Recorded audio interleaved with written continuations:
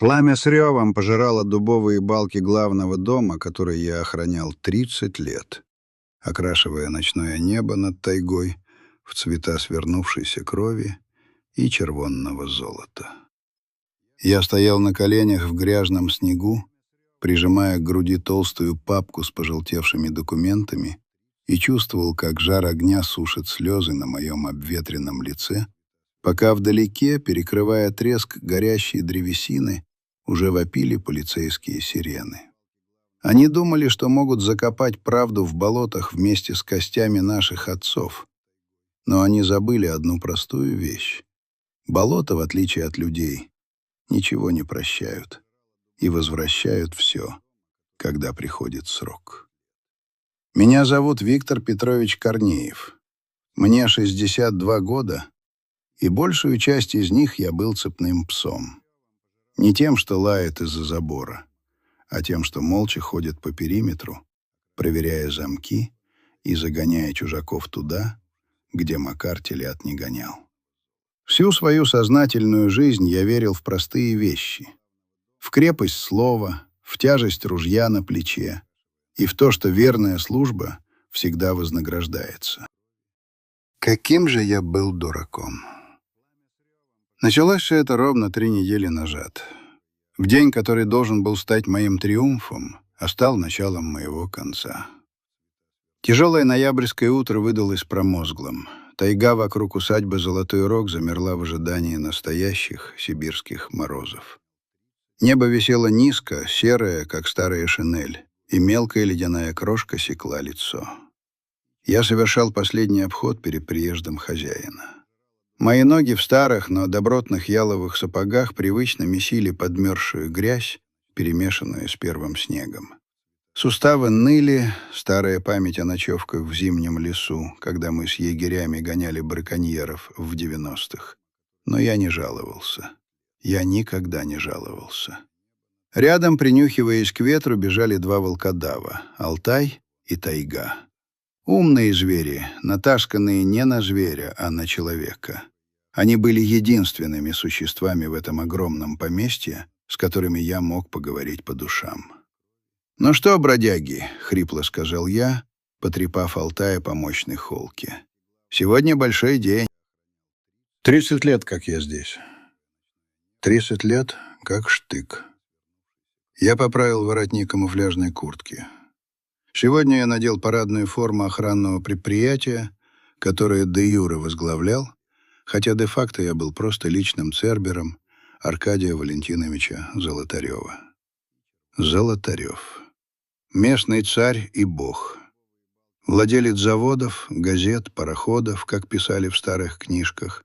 А в реальности хозяин огромного лесоперерабатывающего холдинга, человек, подмявший под себя половину области. Я помнил его еще молодым, дерзким, в малиновом пиджаке, когда он только приватизировал бывший советский леспромхоз. Тогда было много крови, много непонятных исчезновений. Но я, Виктор Корнеев, тогда закрыл глаза. Я сказал себе: мое дело — охранять периметр. Мое дело, чтобы хозяина не тронули. А что хозяин делает за периметром, не мое собачье дело.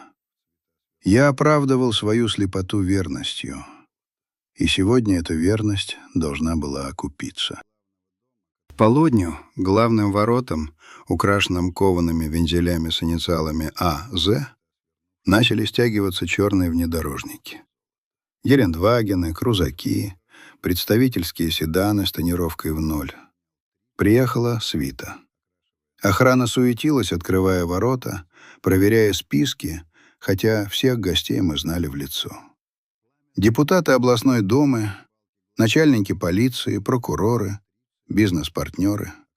Все они ехали поздравить Аркадия Валентиновича с завершением очередной грандиозной сделки по продаже леса китайцам. А заодно, как мне намекнули, отметить верную службу начальника охраны. Пашка, мой заместитель, молодой наглый парень с пустыми глазами, которого Золотарев приставил ко мне год назад якобы для опыта, подошел ко мне с ухмылкой. «Ну что, Петрович, дырку на кителе провертел?» Он сплюнул под ноги. «Говорят, шеф расщедрился. Может, квартиру в городе даст? Или машину новую? А то твоя Нива уже на честном слове и изоленте держится». «Не твое дело, Павел», — буркнул я, стараясь сохранять достоинство. «Иди посмотри, чтобы водители на газонах не парковались». Но сердце ёкнуло. Квартира. Однокомнатная, теплая, с горячей водой и центральным отоплением. Это было пределом моих мечтаний. Я жил во флигеле для прислуги все эти годы. Своей семьи у меня, считай, не было. Жена Надя сгорела от болезни 10 лет назад, а дочь Леночка. Лена уехала сразу после похорон матери, бросив мне в лицо: «Ты женат на этом проклятом доме, папа, вот и живи с ним». И с тех пор ни звонка, ни письма. К 3 часам дня меня вызвали в большой каминный зал. Я вошел, сняв фуражку и пригладив седые волосы. В зале пахло дорогим коньяком, сигарами и тяжелыми духами. Гости, раскрасневшиеся от выпитого, сидели за длинным столом, уставленным деликатесами, названия которых я даже не знал. Во главе стола, как вепрь на троне, восседал Аркадий Валентинович. Огромный, тучный, с мясистым лицом, налитым дурной кровью. Его маленькие глазки-буравчики нашли меня в толпе. «А, вот и наш юбиляр!» — громогласно объявил он, поднимая тяжелый хрустальный бокал. «Виктор Петрович, проходи, проходи, дорогой!» Музыка стихла. Все взгляды обратились на меня.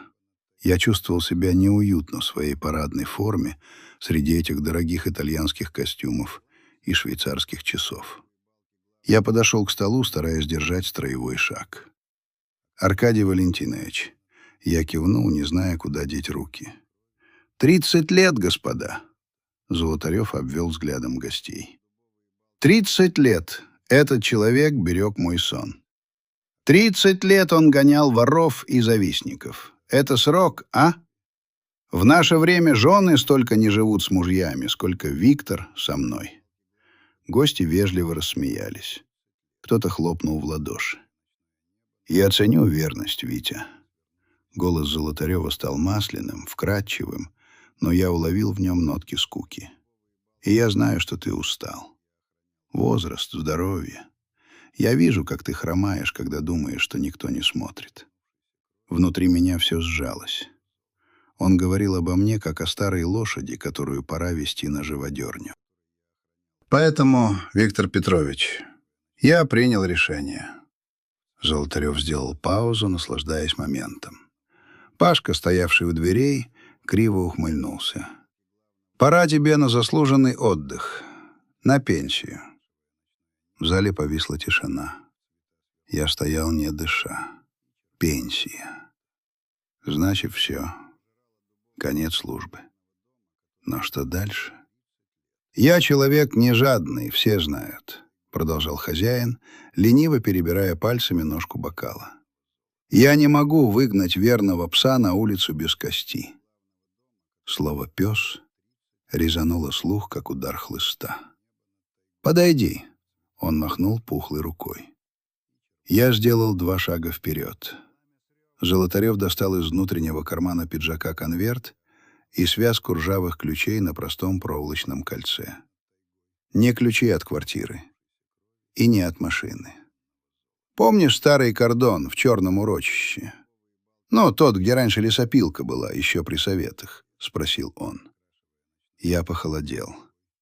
Черное урочище. Гнилое место в 40 километрах отсюда, посреди непролазных болот. Там стоял полуразвалившийся барак, который местные называли «гнилой кордон». Там не было электричества. Туда не вела нормальная дорога, только гать, проходимая лишь на вездеходе или тракторе. Так вот, Витя, я дарю его тебе.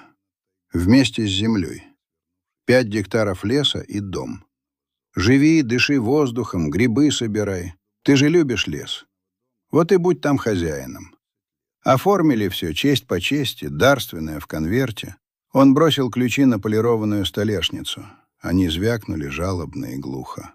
«Аркадий Валентинович», — голос мой дрогнул, — «но там жить нельзя. Там крыша провалилась еще 5 лет назад. Там болото». Золотарев перестал улыбаться. Его глаза мгновенно стали ледяными, как прорубь. «Ты что, подарок обсуждаешь, Петрович?» Тихо, но так, что услышали все, произнес он. «Я тебе землю дарю. Собственность. А что ты там построишь? Твое дело.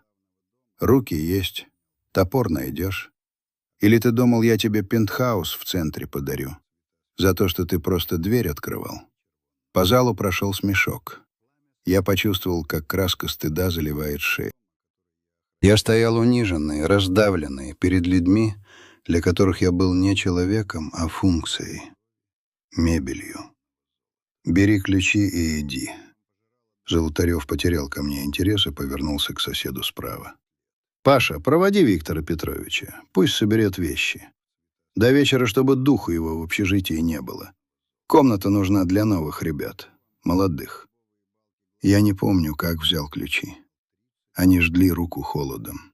Я не помню, как вышел из зала под звон бокалов и взрывы смеха. В ушах стоял гул. 30 лет. 30 лет я закрывал глаза на его грехи. Я выгонял местных стариков из леса, потому что это частная собственность Золотарева. Я запугивал журналистов, которые пытались снимать незаконные вырубки. Я предал свою совесть ради этого человека. И вот моя плата. Развалина на болоте. Пашка шел за мной до общежития, весело насвистывая какую-то попсовую мелодию. «Не серчай, дед», — сказал он, когда я начал кидать свои нехитрые пожитки в старый армейский вещмешок. «Время такое. Сейчас эффективность нужна. А ты...» «Ну, ты сам понимаешь. Реакция не та. Да и с гнилым кордоном тебе повезло. Там тихо. Никто не найдет, если помрешь». Я остановился и медленно повернулся к нему. В моих глазах, наверное, было что-то такое, от чего ухмылка сползла с его лица, и он сделал шаг назад, положив руку на кобуру. «Я еще не умер, Павел», — тихо сказал я, — «и хоронить меня рано». Через 2 часа моя старая Нива, нагруженная под завязку, выехала за ворота усадьбы. Я не оглянулся. Впереди была темная, заснеженная дорога в никуда, в черное урочище. Я думал, что еду умирать. Я не знал, что еду за правдой, которая перевернет все. Дорога до урочища заняла почти 4 часа. Сначала был асфальт, потом разбитый грейдер, а последние 10 километров — старая лесовозная колея, которую уже начало заметать снегом. Нива ревела, пробиваясь через сугробы, фары выхватывали из темноты кривые стволы берез и черные лапы елей.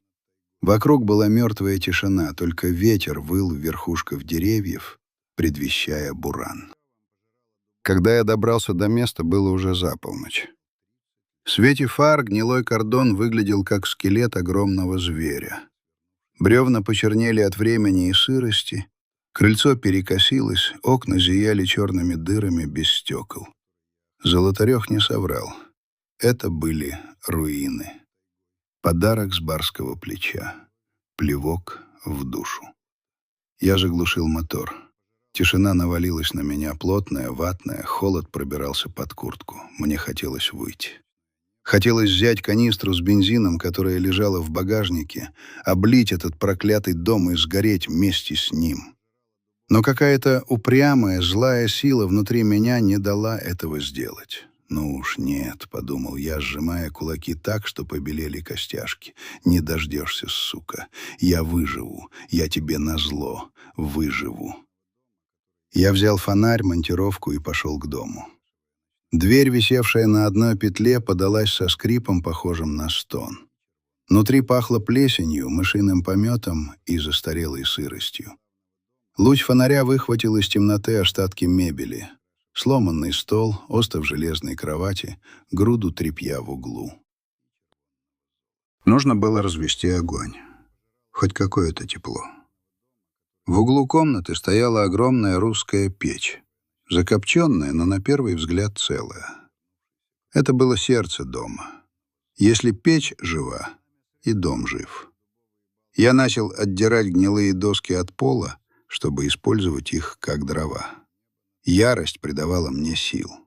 Я рвал доски с мясом, вымещая на них всю обиду, всю боль за бесцельно прожитые годы. Треск ломающегося дерева успокаивал.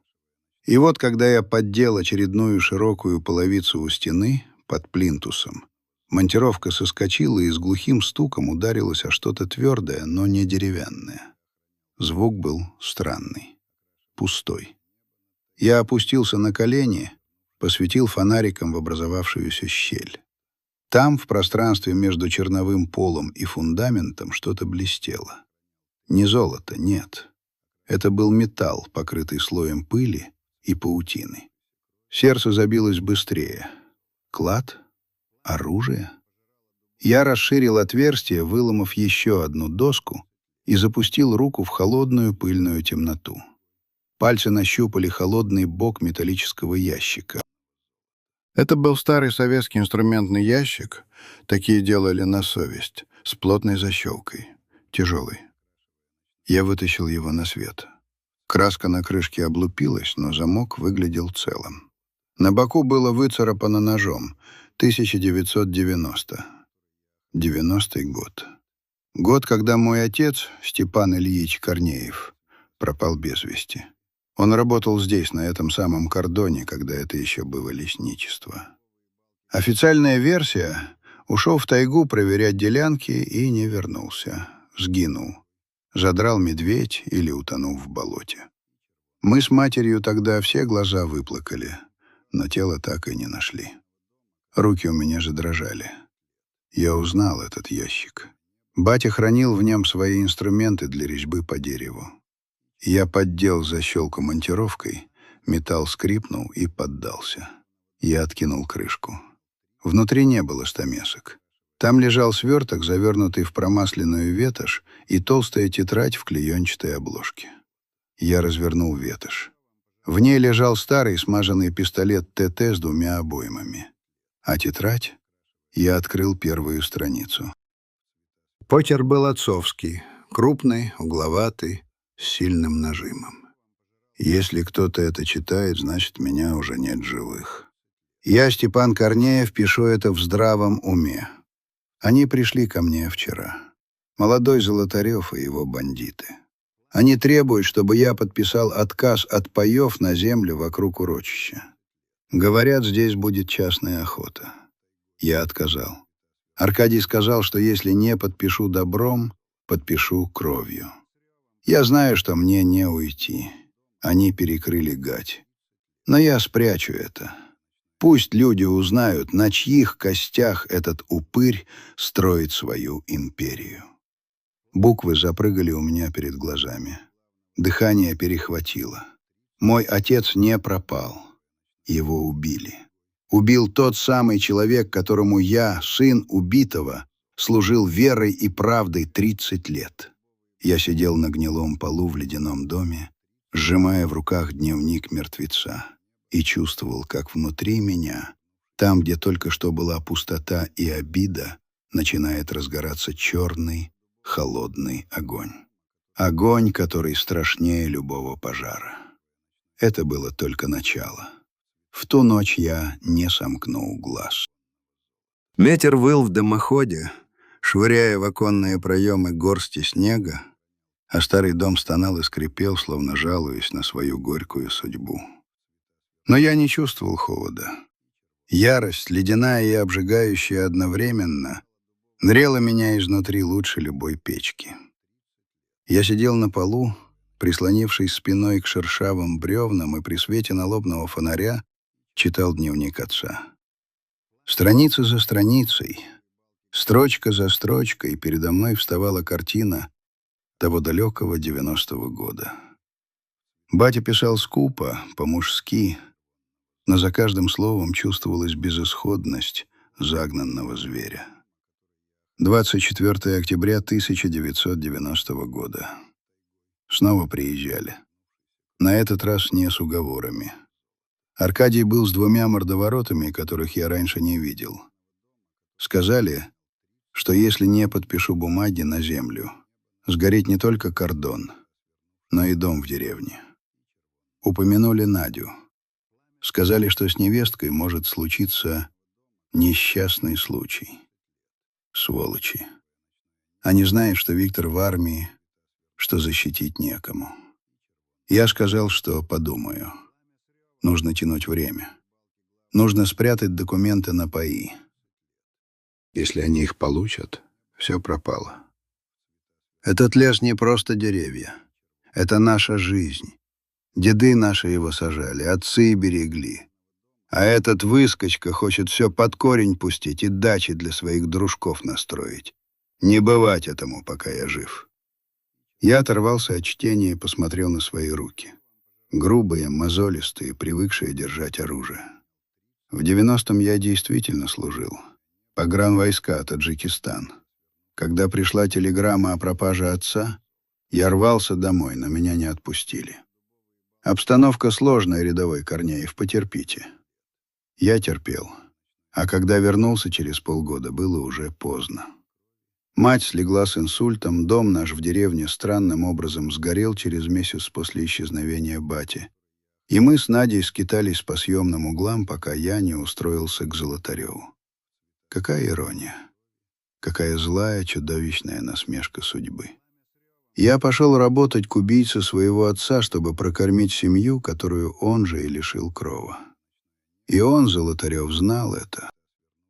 Все эти годы он смотрел мне в глаза, жал руку, поздравлял с праздниками и, наверное, смеялся в душе над моей собачьей преданностью. «Смотрите», — думал он, — «сын того упрямого старика теперь лижет мне сапоги». Меня затрясло.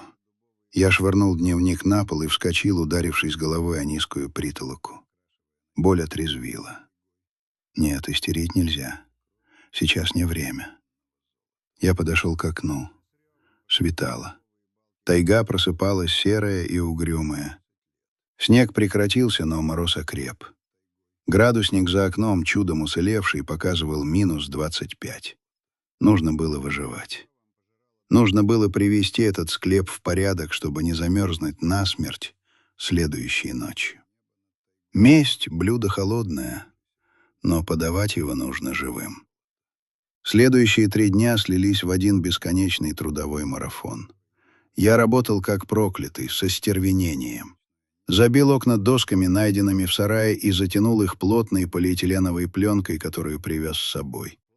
Вычистил печь от золы и птичьих гнезд, проверил тягу, слава богу, дымоход был цел.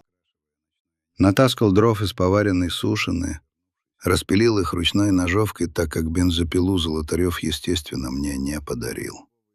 К вечеру 3-го дня в доме стало относительно тепло. Печь гудела, поедая сухие поленья, и по углам заплясали уютные тени. Я вскипятил чайник на чугунной плите, заварил крепкий чефир и сел за колченогий стол, который нашел на чердаке, и починил. Теперь можно было думать. Батя писал про документы на ПАИ. Я спрячу это. Но где? В дневнике не было точных указаний, только намеки. Там, где Надя любила сидеть летом, у старой рябины под корнями. Надя, моя жена. Она часто приезжала сюда к свекру, помогала по хозяйству, пока я служил. Любила этот лес. Я помнил ту рябину. Она росла за домом на краю обрыва над рекой. Огромная, старая, с раздвоенным стволом. Я допил чай, оделся и вышел на улицу. Мороз сразу же щипнул за щеки. Луна висела над лесом полная, яркая, заливая все вокруг призрачным серебряным светом. Снег скрипел под ногами. Рябина стояла там же, где и 30 лет назад. Только стало еще больше, раскидистее, ветви гнулись под тяжестью снежных шапок. Я подошел к ней, погладил шершавую кору. «Ну что, старая?» — прошептал я. «Хранишь тайны?» Копать мерзлую землю под корнями было безумием. Но я знал одно место. В детстве мы с батей делали там тайник, дупло у самых корней, которое мы заложили камнями и замазали глиной, чтобы белки не таскали орехи. Я упал на колени и начал разгребать снег руками. Перчатки промокли, пальцы онемели, но я не останавливался. Вот они, камни. Вросли в землю, покрылись мхом, но это были они. Я поддел один камнем побольше, потом второй. Глина раскрошилась. В дупле было сухо, я посветил фонариком. На дне лежал еще один сверток, замотанный в несколько слоев промасленной бумаги и полиэтилена. Сердце снова опустилось в галоп. Я вытащил сверток. Он был тяжелее, чем я ожидал. Вернувшись в дом, я положил находку на стол под свет керосиновой лампы. Руки дрожали, когда я разворачивал слои упаковки. Бумага шуршала, как сухие листья. Внутри оказалась металлическая коробка из-под леденцов Монпансье. В ней лежали не только документы на землю. Там были кассеты. Аудиокассеты TDK. Старые, 90-х годов. И пачка сложенных в четверо листов бумаги с печатями. Я развернул бумаги. Это были копии медицинских карт. Имя пациента — Надежда Викторовна Корнеева, моя жена. Даты — от 2012 до 2014 годов. Я похолодел. Надя умерла в 2015. Официально — от острой сердечной недостаточности на фоне затяжной пневмонии. Мы лечили ее в районной больнице. Потом я возил ее в область, тратил все сбережения на лекарства, но ей становилось все хуже. Она таяла на глазах. Я начал читать. Это были не просто выписки. Это были результаты токсикологической экспертизы, сделанные в частной лаборатории в Новосибирске. Заказчик анализа, фамилия была затерта, но почерк на полях я узнал сразу. Это был почерк местного фельдшера, Игнатьича, который лечил Надю первые полгода. Обнаружены следы мышьяка и соединений талия в концентрации, превышающей норму в 50 раз. Хроническое отравление. Симптомы маскируются под вирусную инфекцию и сердечные патологии. Таллий. Яд крысиный. Меня замутило. Я схватился за край стола, чтобы не упасть. Надю травили. Медленно, методично, день за днем. Кто? Игнатьич? Зачем ему это? Он был тихим старичком, всегда улыбался, давал витамины. Витамины. Я вспомнил, как Игнатьич каждую неделю приносил Наде специальные укрепляющие порошки. Говорил, что достает их по блату через знакомых в Москве. Я благодарил его, совал деньги, а он, выходит, кормил мою жену ядом. Но зачем? Ответ нашелся на дне коробки. Сложенная карта местности. На ней красным маркером была обведена территория нашего старого дома в деревне и прилегающий участок леса. Тот самый, который принадлежал Наде по наследству от ее бабушки. Через этот участок была прочерчена жирная линия с надписью «Федеральная трасса «Восток», подъезд к КП «Сосновый Бор». Сосновый Бор — это элитный коттеджный поселок, который Золотарев начал строить в 2013 году. Для дороги ему нужна была наша земля. Надя отказывалась продавать. Говорила, это память, Витя. Бабушкин сад, яблони. Не отдам под бульдозер. Я тогда уговаривал ее, говорил, что деньги хорошие предлагают, а она ни в какую. И тогда они решили проблему иначе. Нет человека — нет проблемы. Я, как наследник, после смерти жены, будучи в горе и долгах за лечение, продал этот участок за копейки представителю Золотарева. Сам принес им землю на блюдечке. Я завыл. Громко, страшно, по-звериному.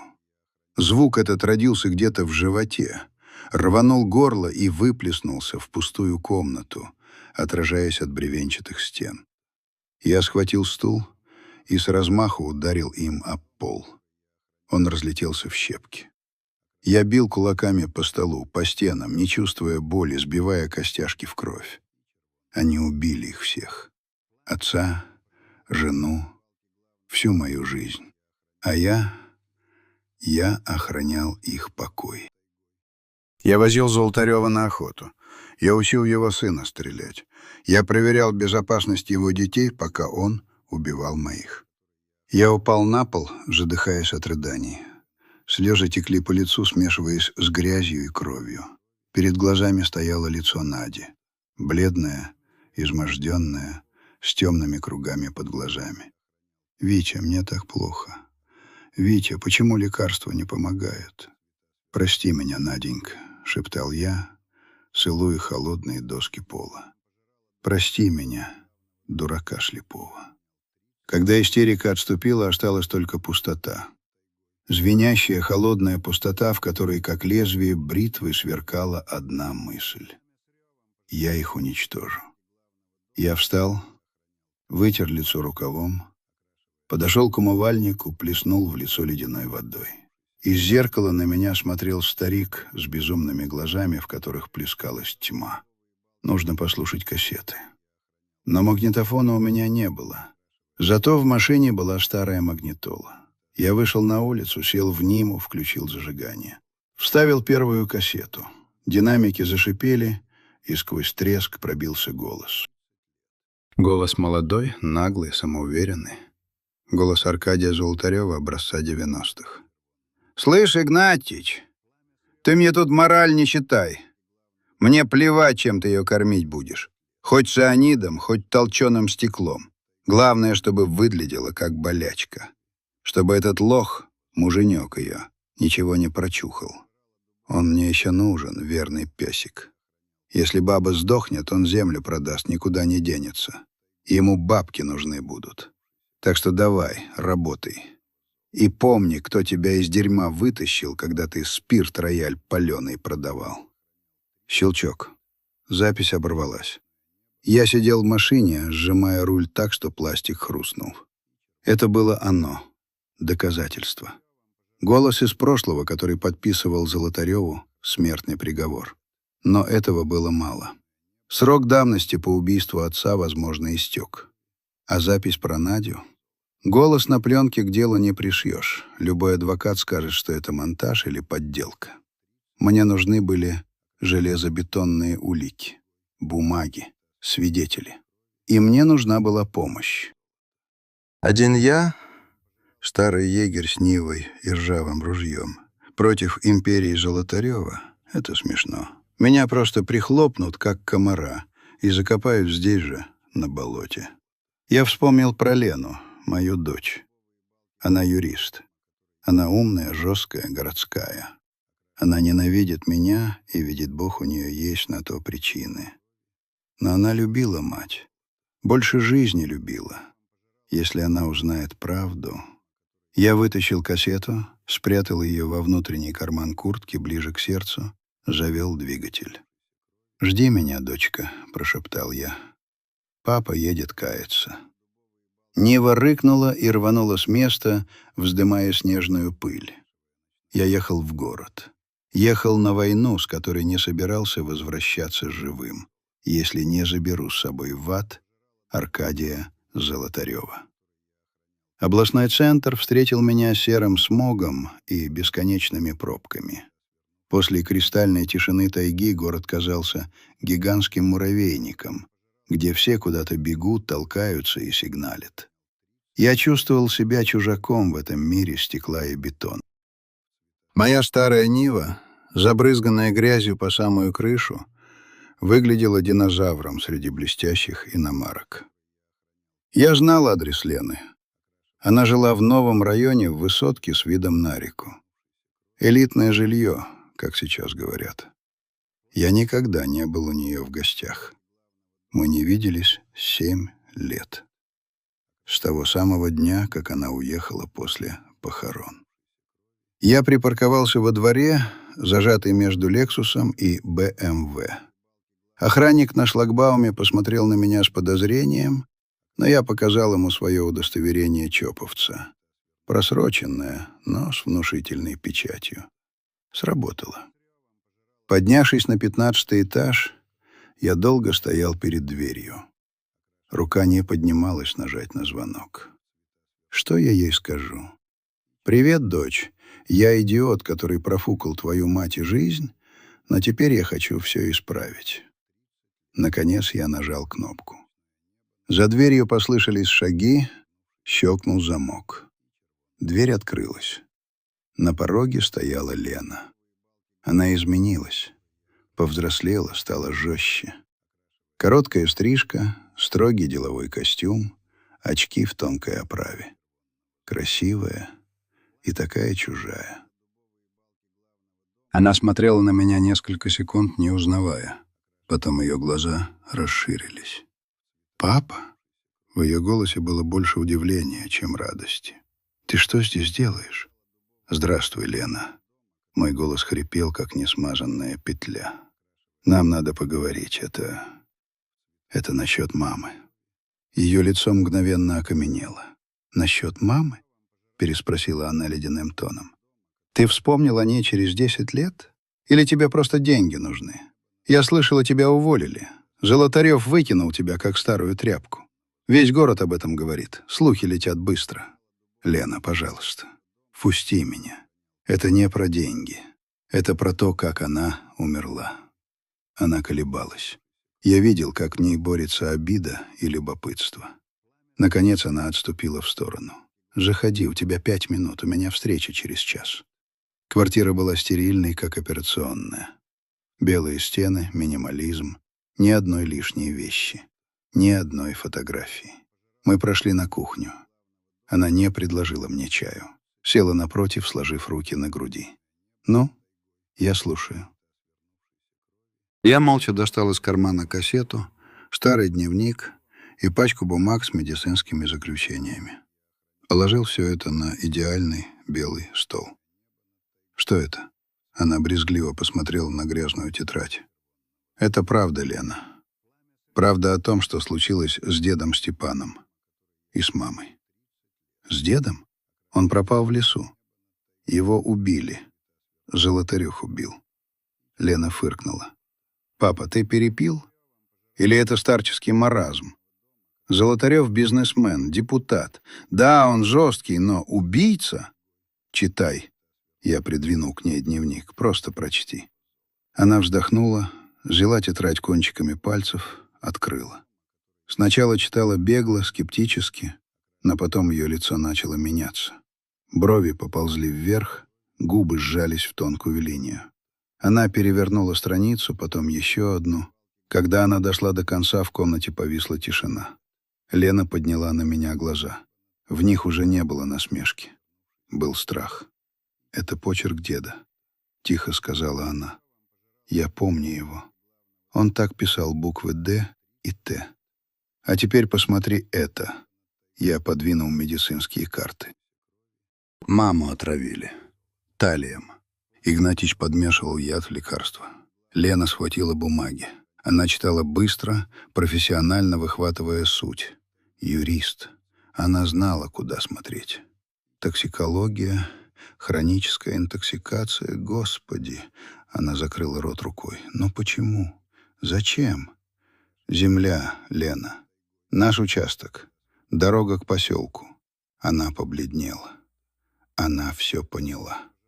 Пазл сложился. «Ты знал?» — спросила она шепотом. «Нет», — я ударил кулаком по столу. «Клянусь тебе, я не знал.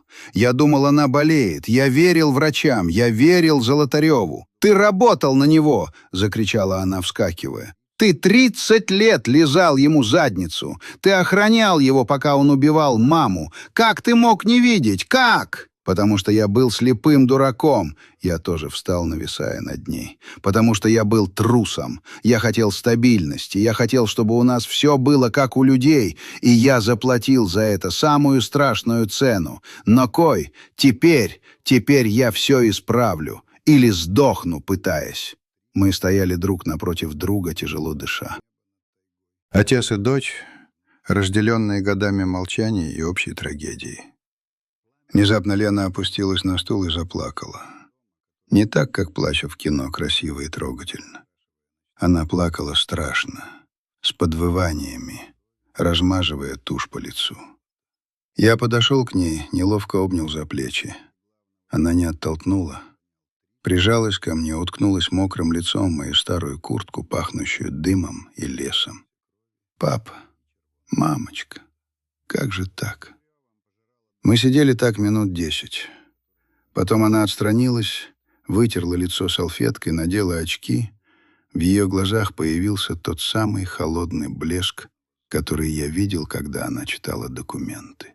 Блеск стали.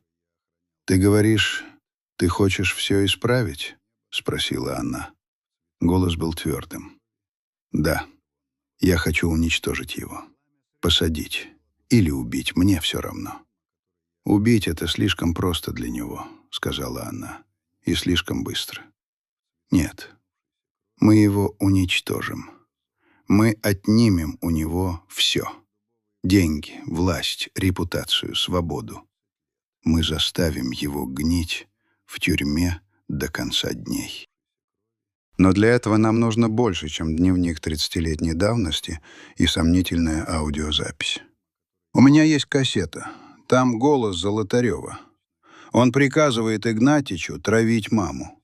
Глаза Лены загорелись. «Дай послушать». Мы пошли в ее кабинет. Там стояла дорогая аудиосистема. Она вставила кассету. Голос молодого Золотарева заполнил комнату. Лена слушала, стиснув зубы. Когда запись кончилась, она кивнула. «Это бомба. Но в суде могут не принять. Нужна экспертиза, нужны свидетели. Игнатич жив? Умер 2 года назад. Сердце. Плохо. Концы в воду. Но есть еще кое-кто. Бухгалтерия. Что? Папа, такие люди, как Золотарев, ведут двойную бухгалтерию. Взятки, откаты, заказные убийства — все это стоит денег. И где-то это должно быть записано. Кто вел его дела в 90-е и нулевые? Я задумался. Семен Маркович. Старый еврей, умнейший мужик. Он был главбухом до 2010-го. Потом Золотарев его уволил, поставил свою племянницу. Семен Маркович жив? Вроде да. Живет где-то на окраине, в частном секторе. Спился, говорят. Лена встала, подошла к окну. За стеклом сиял огнями вечерний город. «Мы найдем его, папа. Мы вытрясем из него все, что он знает.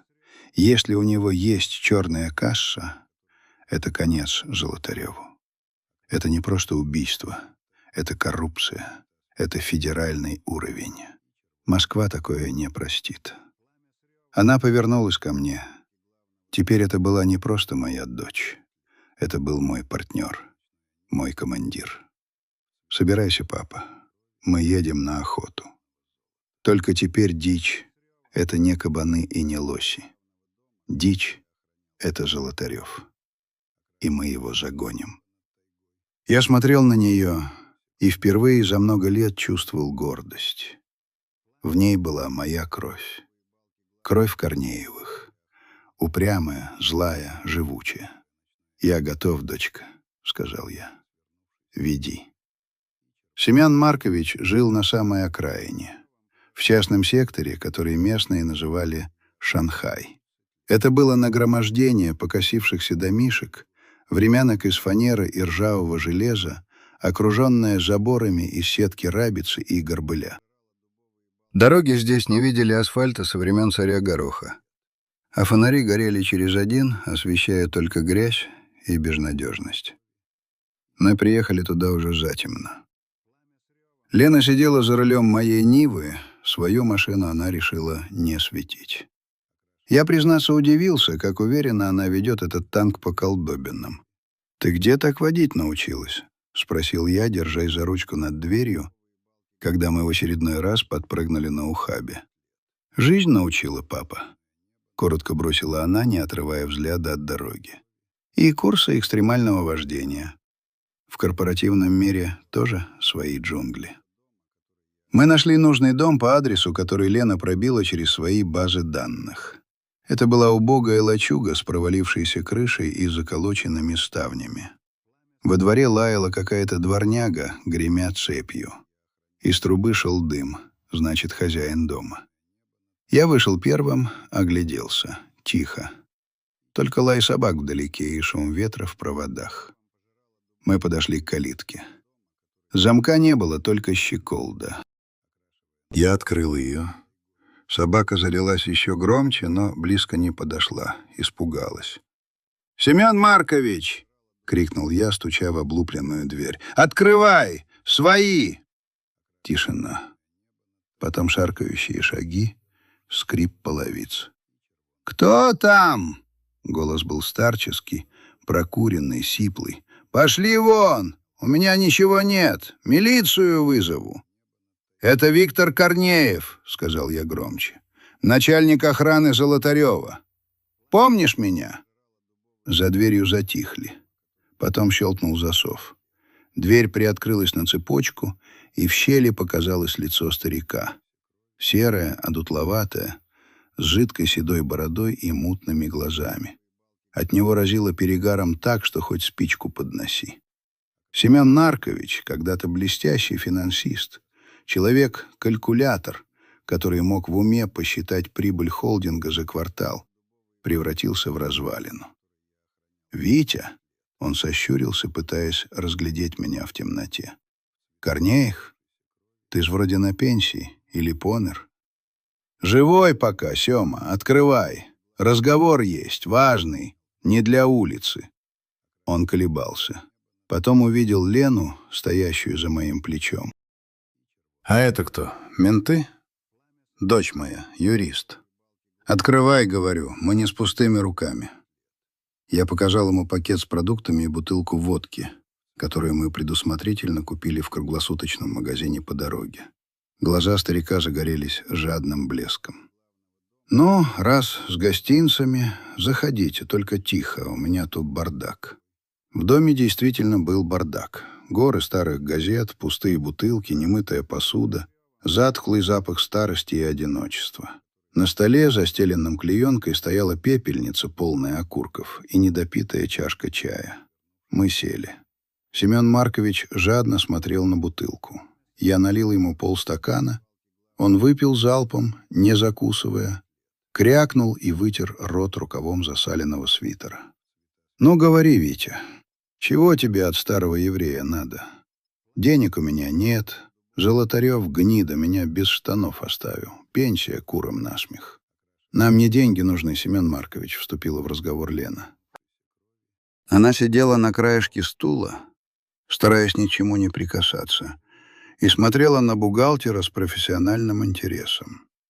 «Нам нужна информация». «Информация?» — он хмыкнул. «О чем? О погоде? Или о том, сколько стоит литр паленой водки у бабы Нюры?» «О бухгалтерии Золотарева», — жестко сказала Лена. «О той, что не для налоговой, о взятках, откатах, обналичке, о том, как он отжимал земли и заводы в 90-х и нулевых». Старик напрягся. Его мутные глаза вдруг стали ясными и колючими. Он посмотрел на меня, потом на Лену. «Вы что, самоубийцы?» — прошептал он. «Или провокаторы? Золотарев вас сожрет и не подавится. Вы знаете, с кем связываетесь? Он сейчас депутат. У него крыша в Москве такая, что вам и не снилось». «Мы знаем», — сказал я. «Он убил моего отца и мою жену». Семен Маркович замер. Он смотрел на меня долгим тяжелым взглядом. «Надьку?» — спросил он тихо. «Хорошая была баба, добрая. Всегда пирогами угощала, когда я к тебе на кордон заезжал. Отравил таллием, чтобы землю забрать под дорогу». Бухгалтер опустил голову, его плечи сутулились еще больше. «Я знал, что он сволочь», — пробормотал он. «Но чтобы так... своих...» «У тебя остались записи?» — спросила Лена. «Архивы, флешки, старые жесткие диски?» Семен Маркович молчал. Он смотрел на пустой стакан, крутил его в пальцах. «Если я вам что-то дам, меня убьют. — наконец сказал он. «Золотарев узнает. Он все узнает. У него везде уши». «Не узнает», — твердо сказала Лена. «Мы тебя вывезем, спрячем. У меня есть друзья в прокуратуре в Москве. Программа защиты свидетелей. Тебе дадут новое жилье, новую жизнь. Ты сможешь уехать отсюда, Сёма. Вылечиться». Он горько усмехнулся. «Кому я нужен, старый алкаш?» «Нам нужен», — сказал я. «Сёма, посмотри на меня. Я 30 лет ему служил. Я потерял все. Ты тоже потерял все. Он нас использовал и выбросил. Неужели ты хочешь сдохнуть здесь, в этом дерьме, зная, что он жирует на твоих костях?» Старик поднял глаза. В них была боль и страх, и надежда. «А вы точно сможете его посадить?» — спросил он. «Не просто попугать, а посадить. Надолго?» «Навсегда», — пообещала Лена. «С твоей помощью». Семен Маркович вздохнул. Он встал, шатаясь, подошел к старому серванту, заваленному хламом. Покопался там, отодвинул стопку пожелтевших журналов «Огонек», достал какую-то шкатулку. Открыл ее. Внутри лежал ключ. Обычный ключ от банковской ячейки. «Это не здесь», — сказал он. «Я не идиот хранить такое дома, это в банке. В старом сейфе, который я арендовал на имя покойной тещи еще в 2005-м. Золотарев про него не знает».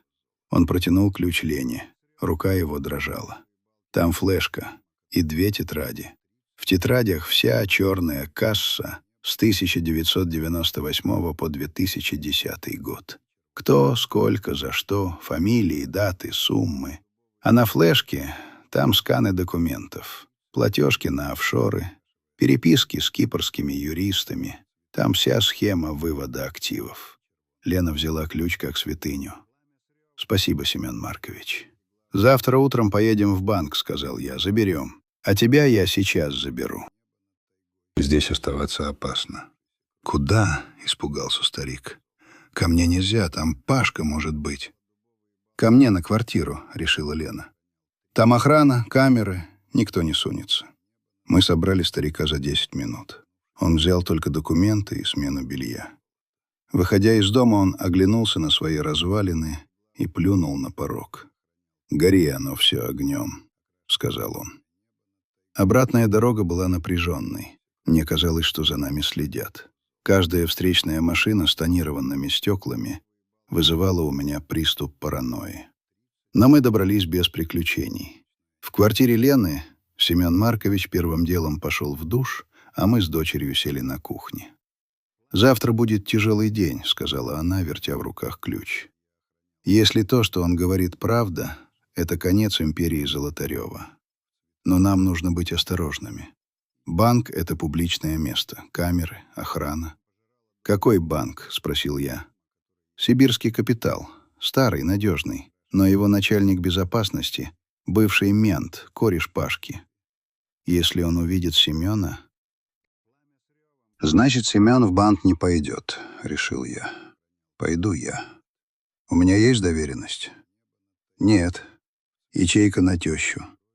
Нужен паспорт тещи и свидетельство о смерти, чтобы вступить в наследство. Сложно». «Тогда пойдем вместе», — сказал я.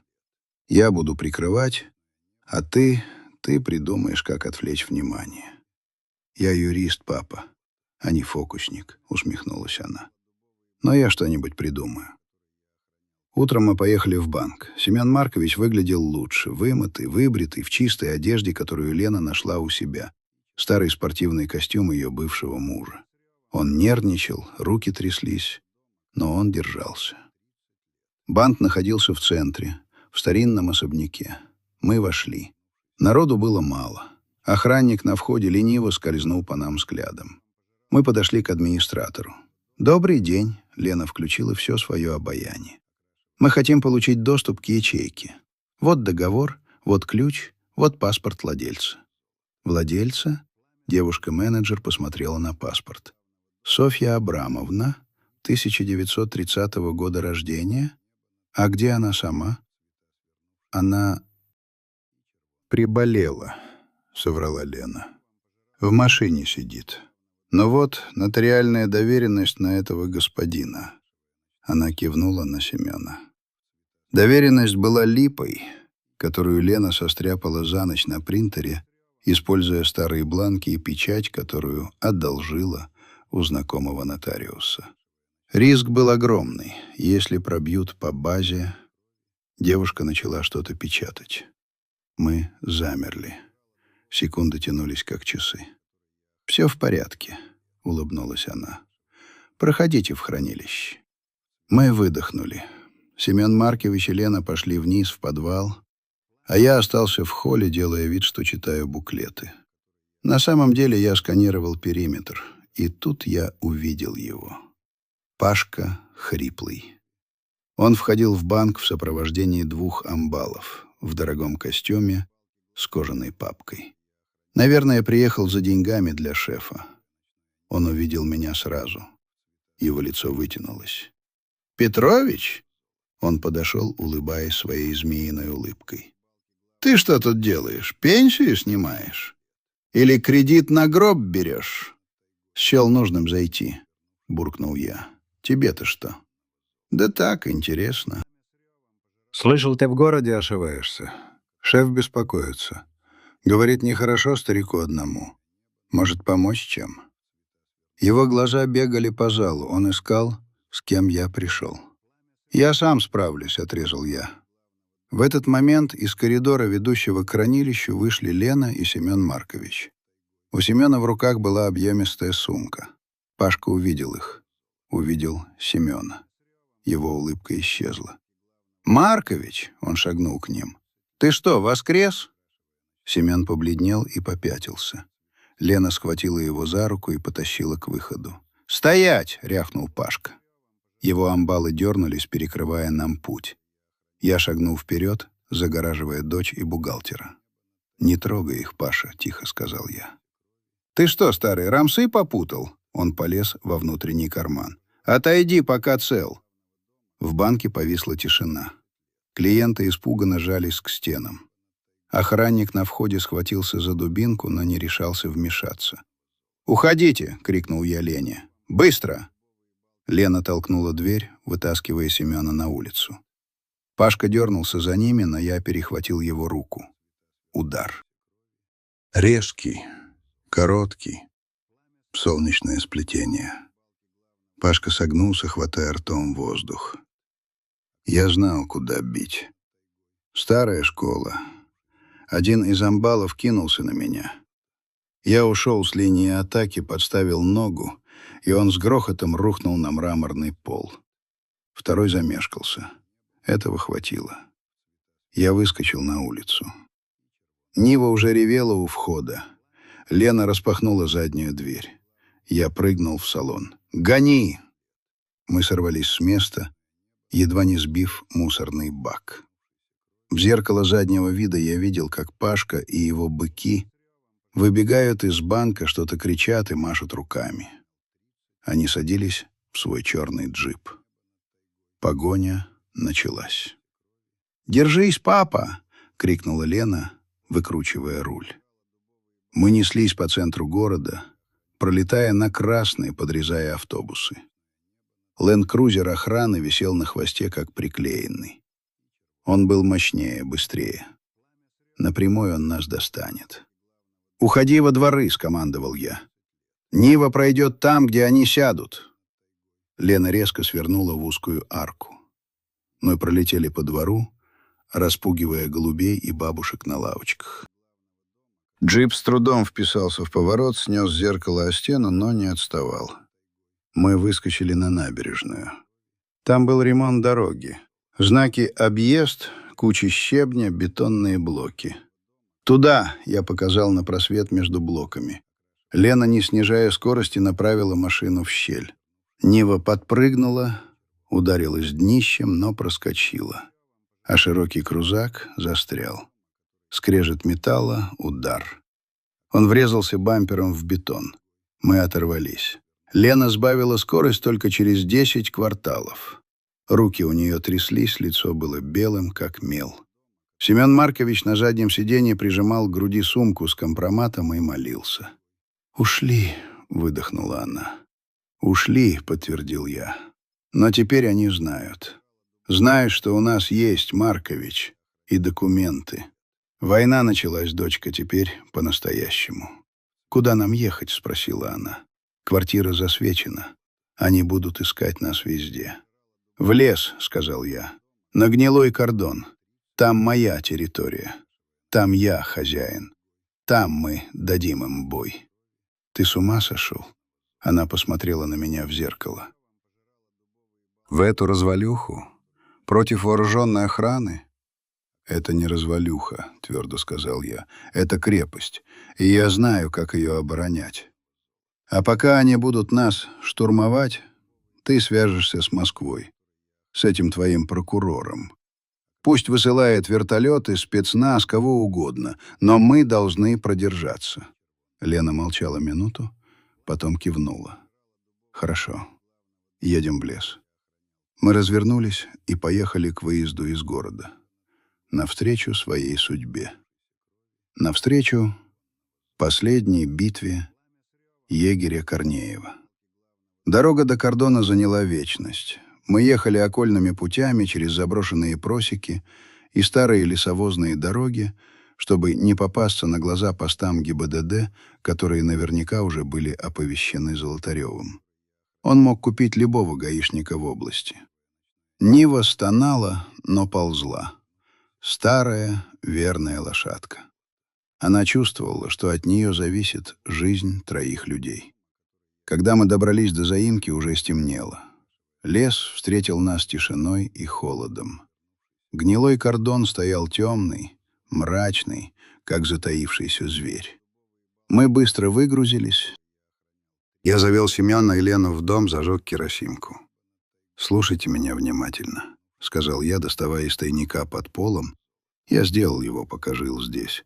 Свое старое ружье, двустволку ТОС-34 и карабин Сайда, который я официально списал как утерянный 5 лет назад. Они придут, скорее всего, ночью или под утро. Пашка не дурак, он знает, что в лесу я опасен. Они попробуют взять нас тихо. Я раздал патроны. Показал Лене, как пользоваться карабином. Она, к моему удивлению, умела обращаться с оружием. Ходила в тир. «Семен Маркович, ты сидишь в подполе», — скомандовал я. «Там безопасно. Что бы ни случилось, не вылезай, пока я не скажу». Мы начали готовиться. Я расставил сюрпризы вокруг дома. Волчьи ямы, замаскированные снегом. Растяжки из лески с сигнальными патронами. Капканы на медведя, которые я нашел в сарае. Старые, ржавые, но пружины еще держали. Я знал каждую тропинку, каждый куст вокруг дома. Это была моя земля. Лена сидела у окна с ноутбуком. Она пыталась поймать слабый сигнал спутникового интернета через телефон. «Есть связь!» — крикнула она. «Я отправляю файлы!» «Дмитрию Игнатьевичу. В Следственный комитет». «Отправляй!» — кивнул я. «И пиши, где мы. Пусть присылают кавалерию». Часы тикали. Полночь. Час ночи. 2. Тишина давила на уши. И тут треск. Сухая ветка сломалась под чьей-то ногой метрах в 100 от дома. Я погасил лампу. «Началось», — шепнул я. «Лена, на пол». Мы залегли у окон. Я всматривался в темноту через ночной прицел, который прикрутил к сайге. В лесу мелькнули тени. 1, 2, 3. Их было много. Человек 10, не меньше. Спецназ Золотарева. Вооружены до зубов. Автоматы, ночники, тепловизоры. Серьезные ребята. «Окружают», — прошептал я.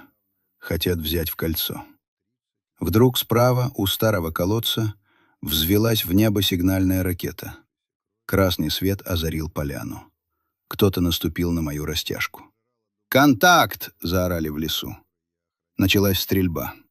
Пули застучали по бревнам, выбивая щепки. Стекла, хоть и забитые досками, посыпались внутрь. «Не стреляй!» — крикнул я Лене. «Береги патроны, пусть подойдут ближе!» Они шли уверенно, нагло. Думали, тут сидит старый дед с берданкой. Первый нападавший попал в волчью яму. Дикий крик разорвал ночь. хруст костей. «-1», — сказал я. Второй наступил в капкан. Металлические челюсти сомкнулись на голени. Вопль. Мат. Они замешкались. Поняли, что легкой прогулки не будет. «Петрович!» — раздался голос Пашки из мегафона. «Выходи, мы тебя не тронем. Нам нужен только бухгалтер и флешка. Отдай по-хорошему». «Пошел ты!» — крикнул я в ответ и дал очередь поверх голов. Перестрелка возобновилась.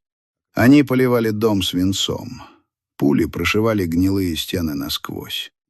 Мы ползали по полу, прижимаясь к земле. «Папа, они сожгут нас!» — крикнула Лена. И она была права. Я увидел, как двое боевиков бегут к дому с канистрами. Не успеют, я прицелился. Выстрел. Один упал, выронив канистру. Второй успел швырнуть коктейль Молотова на крыльцо. Огонь вспыхнул мгновенно. Старое дерево, сухое как порох, занялось весело и жадно. «Уходим!» — скомандовал я. «Через заднюю дверь, к реке!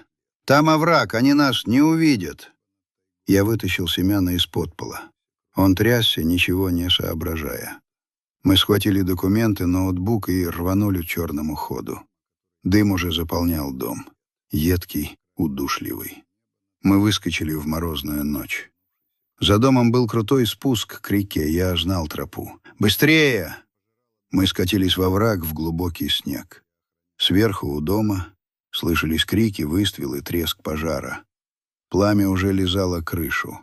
Мы бежали по руслу замерзшей реки, скрытые высокими берегами.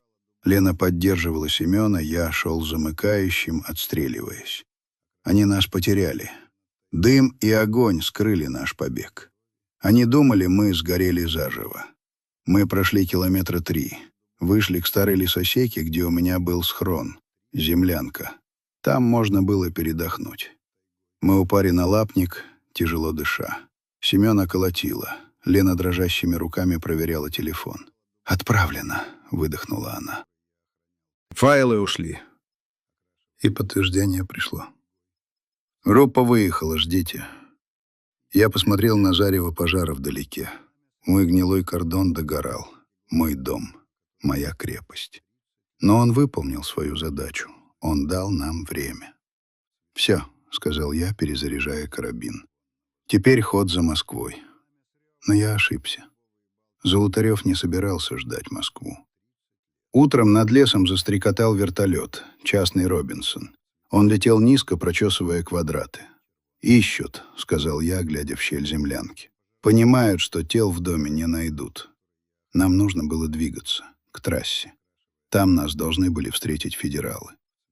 Мы шли еще 2 часа. Снег по колено, мороз, усталость. Семен Маркович совсем сдал. Пришлось тащить его на себе.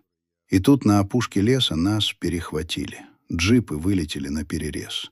Из них посыпались люди в камуфляже. Нас окружили. Бежать было некуда. Я поднял руки. Лена прижалась ко мне.